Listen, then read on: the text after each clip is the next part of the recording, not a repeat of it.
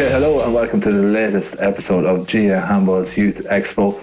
Today the subject is psychology, developing a winning mindset for individual sports. I'm delighted to say we're joined by I'm not going to list your accolades, Paul, because there's too many, but we're joined by the multi-decorated Paul Brady from Cavan. So thanks for joining us here, Paul. Thanks, Paul. So we're going to probably take a bit of a deep dive over the next half an hour or so, and hopefully hear some insights from you on basically on the subject matter, developing a mindset. And obviously you've got a master's degree in sports and exercise psychology, so you'll be able to bring that to it as well, and hopefully we'll delve into that as well. So maybe just to start off, going back, and I know it's something you've referenced in interviews and stuff down the years, that something that drove you on was that you suffered some early setbacks in your career as a juvenile, and then when you first went into play senior handball, so it wasn't all plain sailing. So is that something that fed into that motivation for you? I think, definitely formed a lot of the character that I like to think I displayed later on in later years. I still even had setbacks in later years, but I suppose my attitude was always sports about that, about bouncing back from defeats and learning and trying to be better, learn from my mistakes. So when I was young, definitely formed a lot of character, I feel, in me. I took each of those defeats very badly, and I just got back to the drawing board as quick as I could and kept training as hard as I could, trying to reset goals as well. I suppose all the things I learned in later years in my career, and then again, as you referenced there, the masters in sports psychology. I was doing all those things throughout the years that I was learning on the masters, resetting my goals, just bouncing back. I suppose seeing the positive in a very negative experience. Thinking that I could reach the goals that I wanted to reach. Finding a positive. Trying to learn all the time. And they definitely formed a lot of the character that I was needed, not only to get to the top, but to sustain that. I never wanted to go back to those dark places that I felt when I was young. Would you find that that's common with athletes that you've studied or athletes that you've encountered, that sometimes early defeat is kind of what can drive you on through the difficult early stages of your adult career?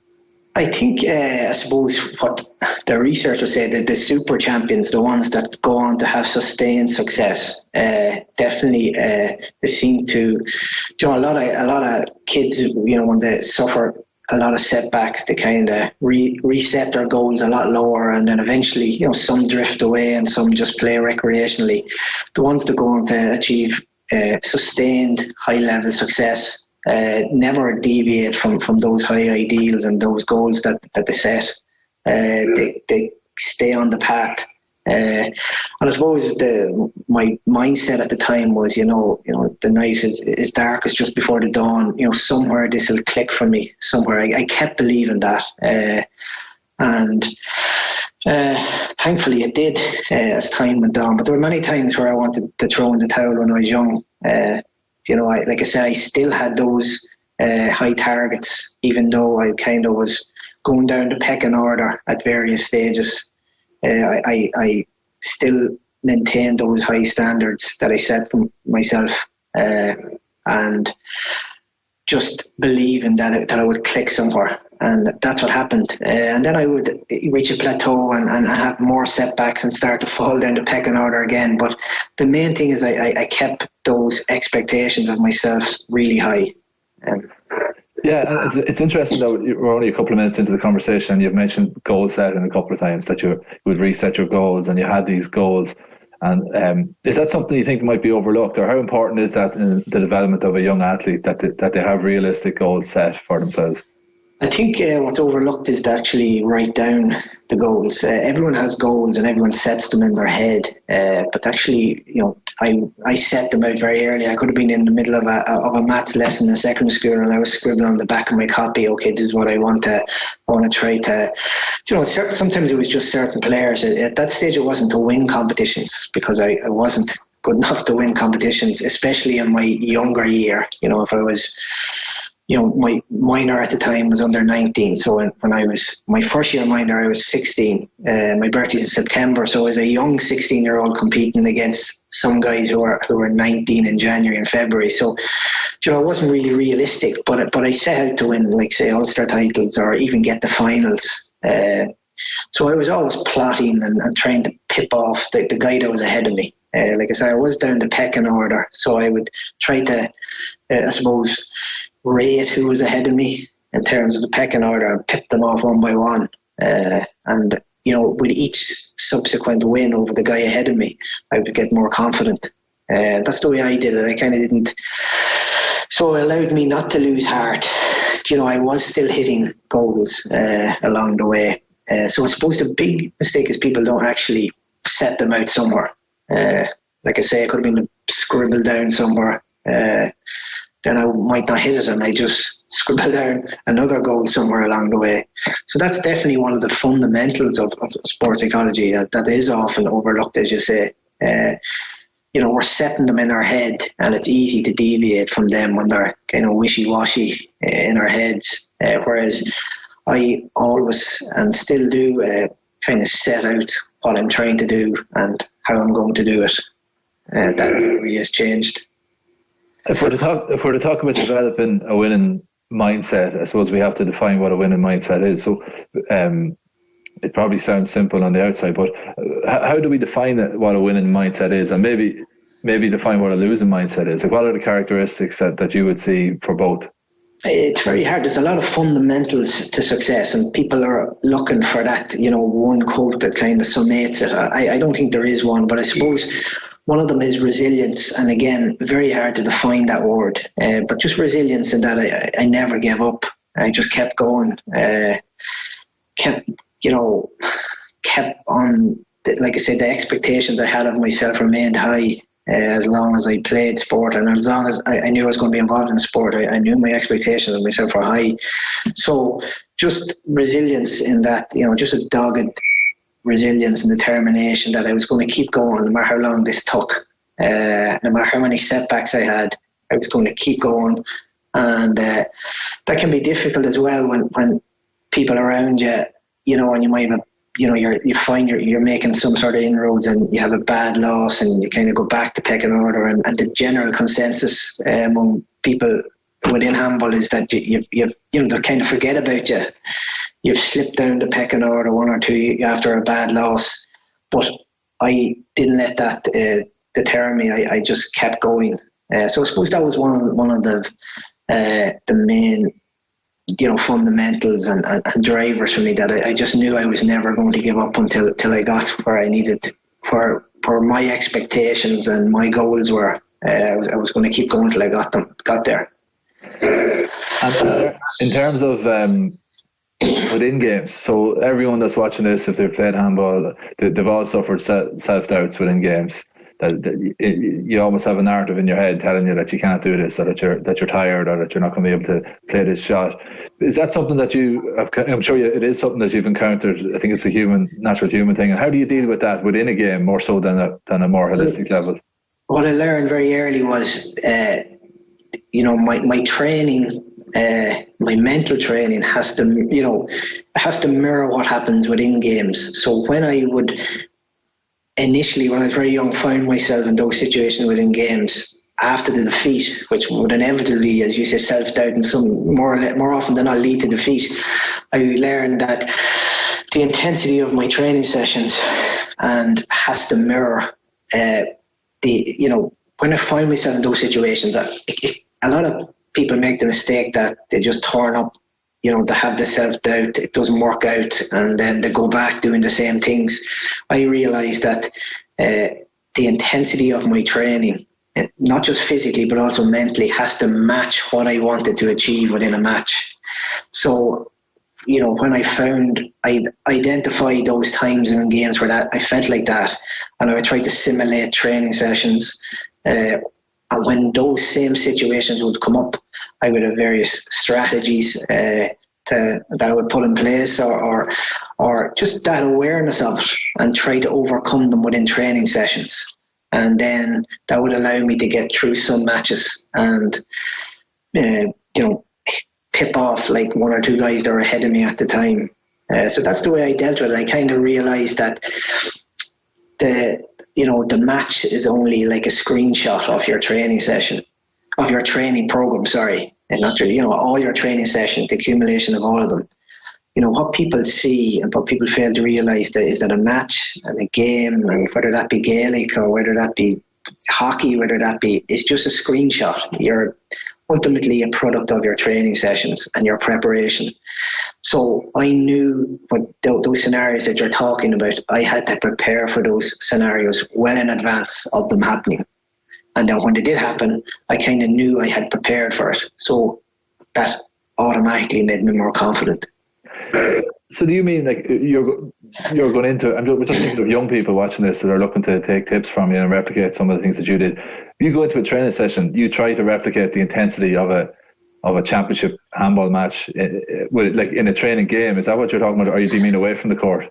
I used to do that when I was younger, but then I realised that I had that, not all the time, because sometimes you're quite tired, but as often as I can, and certainly coming closer to competition, I had to try and make it as realistic as I possibly could. So when you're young, you're just playing, and I kind of, as I came into my late teens, I realised now that them scenarios that you're talking about, I have to prepare for them well in advance of them happening in a match. So for young people watching, you got to, at a certain point in time, if you want to take that next step up, that level up, you've got to try and bring that same intensity. No, it's a cliche. You hear it in a lot of adult sports and a lot of professional sports and high level sports. You got to bring that same intensity to some of your training sessions. Not all of them, because you could be tired from some of your previous training sessions, but as often as you can, you've got to bring intensity, certainly coming into competition. So that would be a lesson there for young people. Nobody can help you with that as well. Your coaches can push you on, but you've got to come to the realization that, as it gets closer, this training session has to be like it is, match day here. I think that's a mistake. I suppose kids, sometimes you see them playing, and I suppose you have to encourage, you got to enjoy the sport. But at a certain point in time, some of your sessions have to be quite intense, and, no messing around. You're there to try and, achieve a goal, so that when that same situation presents itself in a match, you've prepared for it. When we were doing the earlier conversation with Sian and Irene and Colin Crehan, the team of Brazilians came up a lot as well. And I suppose it's all tied in with wanting to win so badly and willing to put in the sacrifices. But when you want something so badly, how do you control your emotions then when it comes to actually executing the shots and so on? Like if you're so tied up in something that you wanted more than anything, you really want to win this All-Ireland title or this even if it's a county title, whatever it is, how do you stop yourself being overwhelmed by emotion then and losing the run of yourself? I suppose sometimes you can want it too bad that it kind of chokes you. And certainly I can empathise with that when I was a kid, putting in so much and wanting it so much, and, ultimately it sabotaged my chance of winning. But again, you're learning from that, and you're learning, okay, what did I do wrong there? And trying to even at the time research, okay, well, when this situation presents itself, how can I do things differently? So you're kind of all the time playing tricks with your mind. I remember at that stage, I used to play a lot of sports. I used to say, look, it's not the be all and end all this. I suppose stepping back, with a bit of reflection, get a bit of perspective. I think perspective helps in that situation. That also widen your horizons at that stage. Have other interests, so it takes some pressure off you. And then.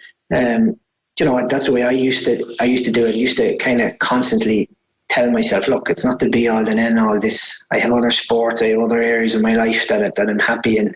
I need to just relax and enjoy those situations. So, I suppose pressure, I would try to detach myself from it as much as I could, and then maybe in training sessions, simulate, but not have that pressure all the time. Just kind of segregate it into certain time periods where I would feel that pressure, learn ways to deal with it, but then switch off from it. And at the time, I used to do that. I used to play different sports and just other interests in life. And then when I went into the match, I used to think, look, it's not the be all and end all here. I'm just going to relax and enjoy it for what it is, and see where that takes me. So I suppose it ties in a little bit with what I was saying earlier. There, you're kind of constantly trying to learn what works best for you. So that wanting it too much, that's the way I dealt with it at the time. I kind of had a good social life. I was young. I used to say, I'll go out and have a few pints here and just relax and enjoy that aspect of life, play the other sports. There's so many. I used to think, what fun things is there to do away from this sport? And those simple things, going to cinema, just enjoying college life and things like that. And coming into the big game to remind myself that I have all that other stuff going on and this isn't the end of the world. I've got to, at that point, think it's just a sport, and kind of put the things I've practiced in training in light of what I'm saying, to put all the practice and training, to put all the practice and training into practice in the real life match situation. I've heard you use the phrase "pressure is a privilege," which is a phrase that always rings a bell with me, because I think it's a really smart phrase. It's something that, it's sort of a way of saying that you when you're at that point at 10-all in a tiebreaker, and maybe you feel like you're under a lot of pressure, you have to somehow just take a step back and say, what a brilliant place this is to be. Look, where else would you rather be? So I'd like you just maybe to expand on that phrase. Or I think I'm right in crediting you as saying that before to me anyway. Yeah, well, look, I suppose it's a phrase used a lot in sport as well. But like that, I suppose I used to think, look, I'm alive here. It's such a tense situation. I could be at home, like whatever age I was at the time, a 28-year-old living a sedentary lifestyle. Some ways it would have been easier. But then I think, that for me, I had to go with what was, my philosophy of life is you got to live and you got to go and risk take and go for these things. So when I'd find myself in those situations, I used to always sit and say, well, I'm alive here. I'm as tense and as uncomfortable as that can be, I'm living. You're having a life experience at that point. So I used to view it like that, and I still do, and I still would. When you're in those uncomfortable situations, the greatest things in life happen outside your comfort zone. And I firmly believe that, and away from sport, I still even believe that you've got to challenge yourself and come out of those comfort zones that we all live in. So I used to just view it like that. Whether it was or it wasn't really is irrelevant. It was my perception of it. I chose to start believing that look, these situations are a privilege to be in, and like my peers or my friends and some of my relations, my cousins, that I grew up with, they're not experiencing this, and while it might be more comfortable for them, I just felt I'm alive here, and I would rather be where I am right now. So it was just, again, when you're younger and when you're, like you say, when you wanted it so much, sometimes I used to think, I remember having that thought, like that, look, I'm challenging myself here. It's sometimes not a very nice place to be, in these uncomfortable situations, putting that pressure on myself. I started to view it as, okay, maybe it's a positive here. So the same situation, instead of viewing it negatively like I did at one point, I started viewing it more positively and think, I'm alive and I'm challenging myself, and this is what living's about, these life experiences. So again, if you're young and you feel like that, it's just a matter of perception, how you see the same situation. And I used to kind of just turn into positive and say, come what may after this match, at least I've had a great life experience here. You've mentioned playing team sports, so I suppose we're talking about the the winning mindset in individual sport. So how does it differ to a team sport? Obviously, you're answerable to more people maybe than you would be in handball, but what are the key differences that you see? Well, obviously you're not as much in control, I suppose, but in my later years, I suppose in my earlier years in team sports, I would get very frustrated with management and players around me because I probably wasn't articulating myself very well. I would just come out in bouts of anger on the pitch.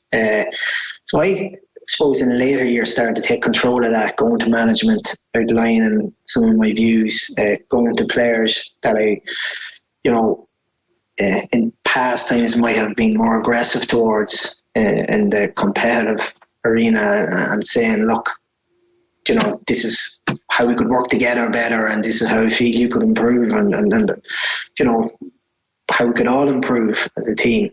So trying to communicate in less destructive ways. So the big difference obviously was the control, but as an individual in a team sport, I started to deal with it a lot better by just communicating better. I suppose I was a lot shyer and more quiet. And while I still have those attributes in those group scenarios, I learned that, this wasn't very helpful or conducive to the performance of the team, me keeping these things to myself and, like I said, them coming out in a very destructive way. So I learned I need to communicate better before these pressure situations arise with my teammates and with the management.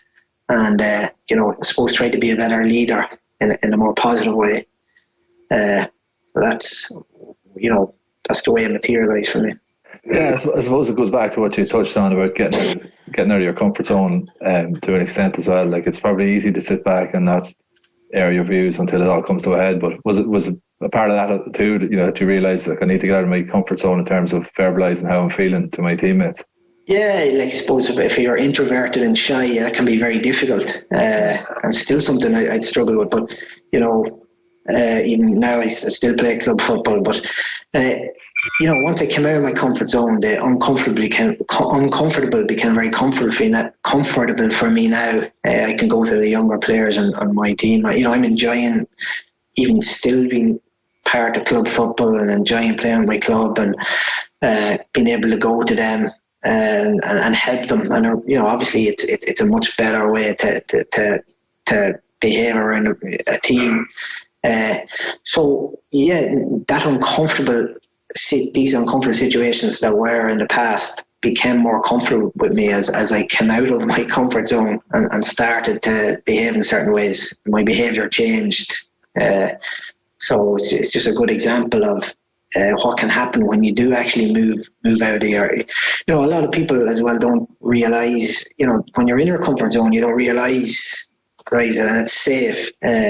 But you've got to all the time be reflecting and identifying, okay, this is what I'm doing, this is where I'm behaving, how can I better that, or how can I do this a little bit differently to see where it would take me.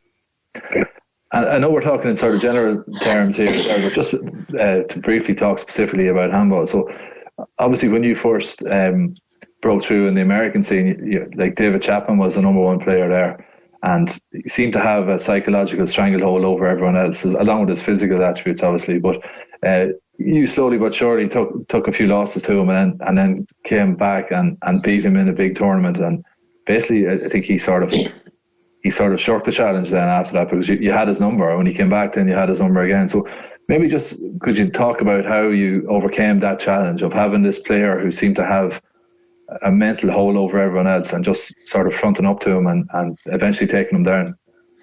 I suppose it's a bit of timing as well. Like, he'd been around a while, even though he's still only 28 at the time. He'd been around. But look, I suppose it goes that word just saying hunger. I wanted to be the best player at that point. I think he was about 28. I was 24, 20. But I suppose you can't look at it. This had been building up for 2 or 3 years, where I felt like ready. It's my time now. I'm ready to take over here. So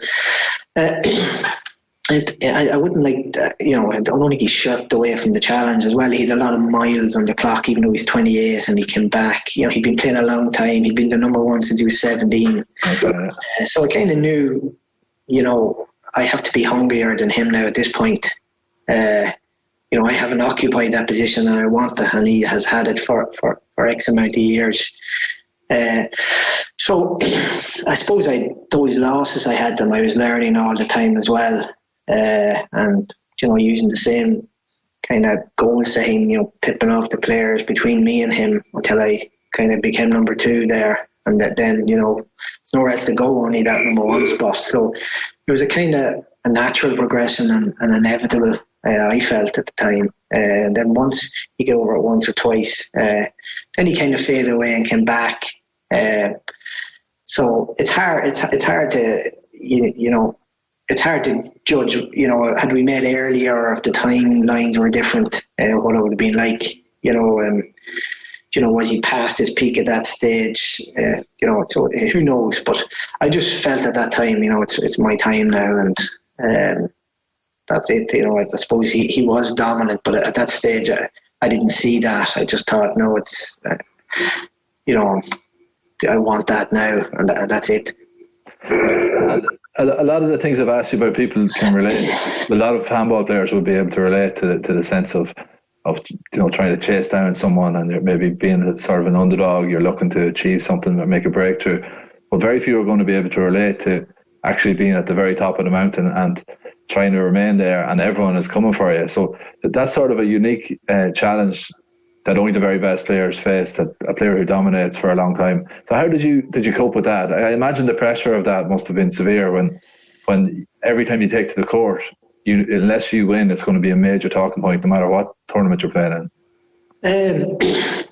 Well, initially I was just so hungry and focused that I wasn't even thinking about that, and a lot of the time you were competing for money, and it was money I needed to survive. So, I suppose that's just background noise at that point. What people are saying, or them dynamics or scenarios that you're talking about. At that stage, I was like, I just have to win this tournament, and that's just it. And then when you weren't as financially dependent on them, and I suppose you had to, they became more apparent, the things you're talking about there. But I suppose, you were aware of them, but you're not. They're down the pecking order of things you have to worry about and think about. Right now, you're just trying to get better. During that stage, you're just trying to get better all the time. Just trying to keep hitting your goals. You're just taking it tournament by tournament and game by game. So I suppose I had an awareness that was all just punditry. At the end of the day, when you go in to take the court, there are a lot of things that can go wrong. You're aware of that as well, but you're preparing for that in your training. I used to think, look, I'll go into the court here and I'll just try my best. I'll prepare as best I can, and whatever comes my way, comes my way. All that talk that other people have, that's part of sport. It's part of every sport, and it's really irrelevant. And I kind of was aware of that. There's someone I have to try and beat here, or there's a certain group of players I have to try and beat here. And what do I need to do that? So that was my main focus, and everything else out of that I just wasn't thinking that much about it, to be honest. And as we come towards the end of the discussion here, I wanted to ask you about your master's in sport psychology from Jordanstown. I know it's an area that you're interested in and looking to get involved in now. So what have you learned from that? Have you learned much from that you can see in your own career that you can apply to yourself? And do you ever wish that maybe you had have done that master's way back when you were maybe trying so hard to win but didn't know some of these techniques? Not really, because you're doing them, and most even young players looking at this, and even adult players looking at this are doing a lot of the techniques that we would have learned on the course. And a lot of it was the masters itself was a lot of theory and a lot of how your mind works, and in terms of practicalities, I suppose it didn't give me much more than what I already knew. I suppose you're reading about studies and things like that are quite interesting, but in terms of how practically I can apply them to my sport, I wouldn't say they were overly helpful. I kind of, when you're on the court, I kind of knew, I've done a lot of these things throughout my career naturally, and some better than what's been taught there, because they were more, more practical and more, it's all right, theory sounds very well, but in the day-to-day reality of things, it doesn't really apply that well. Whereas I was applying the theory just through real life experience, trying to hit my goals. I was doing it. So I don't think I had read so much around the area in my early days that I I was pretty well versed in it, and I was applying all these things formally and informally. So no, I don't regret that I didn't do it before now. In terms of sports psychology, I suppose it's so broad and so abstract that they say it's an art and a science. So the art is in taking the right pieces of sports psychology and applying it to the individual or the team, and that's the hard part. I mean, it's such a broad area, it's very hard to pin down. One area works for one person and is needed by one person, and it's, a completely different area is needed by another person or another team or another group trying to achieve what they're setting out to, trying to achieve their full potential. So look, it was really enjoyable, and like I say, it's an area I would like to, certainly work in when the time is right. It's something that's always fascinated me and always will. Before we finish up, I want to ask you for tips that you can give to young people here. So if you could give any piece of advice or tips, or we'll say two pieces of advice. One is, I suppose, on the psychological end of it, and the other, just while we have you here, is some technical advice. What technical advice you would give to young players, things that they should work on in the court? But maybe if you want to start off with just words of advice that you would give to young people now, especially during lockdown and so on, where they probably feel that they're not improving or are not advancing. Well, I suppose when courts aren't open during lockdown, I suppose what I would do would be I'd just be studying videos of players, and I didn't have access to the social media, and YouTube wasn't there. You have so many resources there that you can use to look at players from the past and refine your own technique and your own style of play. So that's what I used to do, and just try and get playing as much as I could, and play other sports as well, as much as you can. They'll complement different parts of your physical fitness, your movements and things like that. And again, you're not putting so much pressure on yourself just playing one sport. And again, that's very consistent with burnout in sport. If you just specialize in one sport, you have a really high rate of burnout. Higher chance of burnout as you go on in your career, and it's not conducive to having a long career in the sport. So play as many sports as you can, and get outside and exercise as much as you can. So that's from the physical point of view. And in terms of honing your handball skills, I would just, as often as you can, outside playing one wall, or any wall, any ball. I used to be outside my own house at home, any wall that was available, I was just hitting the ball against. I suppose playing big matches in my mind, and just enjoying not just enjoying the handball for what it is, but also enjoying other sports. So from the physical point of view, that's what I'd be advised. From the psychological point of view, I suppose now it's probably more important than ever to kind of sit down and try. And I know it's hard when there's no competitions in sight, but try and set goals for yourself. You have the time now. There's no pressure of competition to develop areas of your handball, your game. It's a great time to be creative in that, things aren't normal. Access to courts and things like that are not available. So you have to think of different ways that you can improve and still keep your eye in, so that when things do resume, which hopefully will be in the next few months, that you're ready to hit the ground running. you know, that you're not wasting time when things open up, starting trying to refine your skills. Okay, so any young people watching, you've been told what to do now. Get your notebook out, set your goals, and keep yourself fit. Try and improve as much as you can and hit the ground running. Paul, thanks very much. Fascinating chat and thanks very much for sharing all of those insights, and the best of luck to you going forward. Thank you.